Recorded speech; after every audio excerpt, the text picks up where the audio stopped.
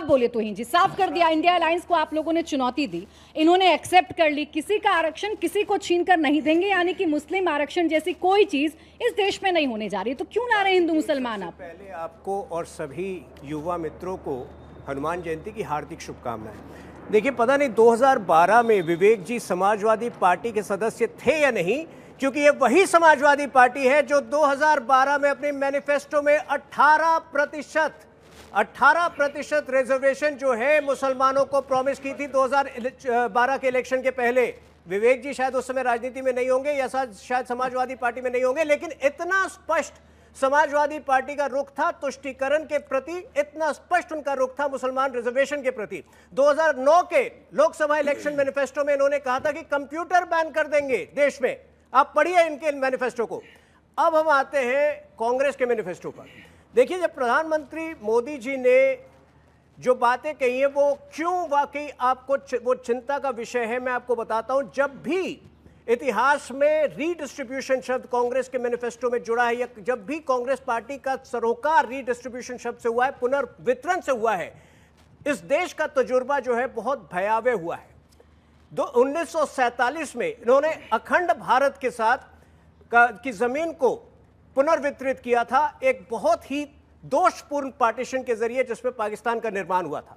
1991 में इन लोगों ने प्लेसेस ऑफ वर्शिप बिल लाया, जिसमें कि हमारे मंदिरों की विरासत का जो है पुनर्वितरण हुआ। 1995 में वक्फ एक्ट लाया, और 2013 में वक्फ एक्ट को ही इस तरह से और ज्यादा भयावह बना दिया। ये 2013 तब है, मनमोहन सिंह ने 2006 में कहा था कि इस देश में सबसे पहला अधिकार माइनॉरिटीज को होना चाहिए देश के रिसोर्सेज में। उसके 7 साल बाद इन्होंने वक्फ एक्ट में एक अमेंडमेंट लाया, और 2014 इलेक्शन के ठीक पहले 123 प्रॉपर्टीज दिल्ली के प्राइम इलाकों में इन्होंने वक्फ बोर्ड को सौंप दी थी। तो कांग्रेस का जब भी रीडिस्ट्रीब्यूशन शब्द आता है तो कांग्रेस का तजुर्बा जो है देश ने देखा है कि कितना आगाह और कितना सचेत होने की आवश्यकता है। कब तक कांग्रेस के तजुर्बे पर आप लोग चुनाव लड़ते रहेंगे? कभी तो अपनी बात भी कीजिएगा ना। हिंदू मुसलमान की जरूरत क्यों पड़ जाती है भारतीय जनता पार्टी को? प्राची जी, हम तो केवल विकास की बात कर रहे थे, लेकिन दोबारा से जब उन्होंने इस बार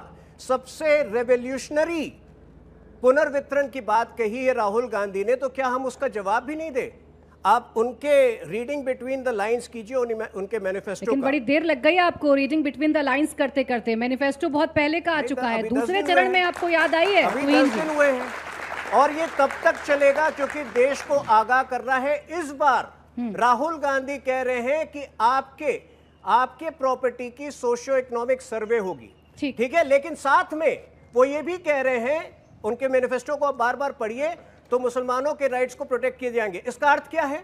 आर्टिकल 25 to 30 के तहत जो निरीक्षण हिंदू समुदाय की संपत्तियों का होगा, उससे मुस्लिम समुदाय महफूज रहेगी।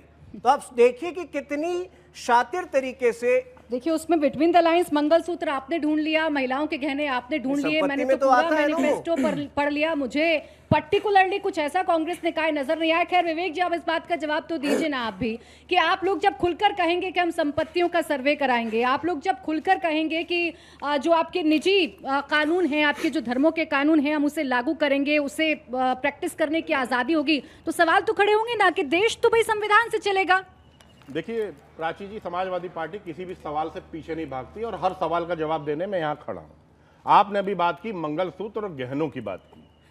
2016 में क्या हुआ था दर्शकों, आप पूछिए ना दर्शकों से। अभी सब सवाल पूछूंगी सर, यही जवाब पूछ रहा हूं, दर्शकों से ही पूछ रहा हूं। उस समय क्या हुआ था जब नोटबंदी हुई थी? जो पैसा हमारी घर की महिलाओं ने संभाल के रखा था अपने रेनी डेज के लिए, उसको प्रधानमंत्री मोदी जी ने बाहर निकाल लिया था, कह के ये काला धन है, और लाइन में खड़ा कर दिया था। यही तो किया था उन्होंने। और जब लोगों के पास पैसा नहीं था तो उस समय 70% या आधे दामों में महिलाओं ने अपना सोना बेच के काम चलाया था। यह है भारतीय जनता पार्टी की सच्चाई।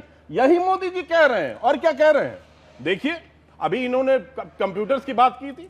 समाजवादी पार्टी तो छाती ठोक के कहती है कि उत्तर प्रदेश में अगर 50 लाख लैपटॉप किसी ने बांटा है तो अखिलेश यादव ने बांटा है। ये इन्होंने क्या किया है?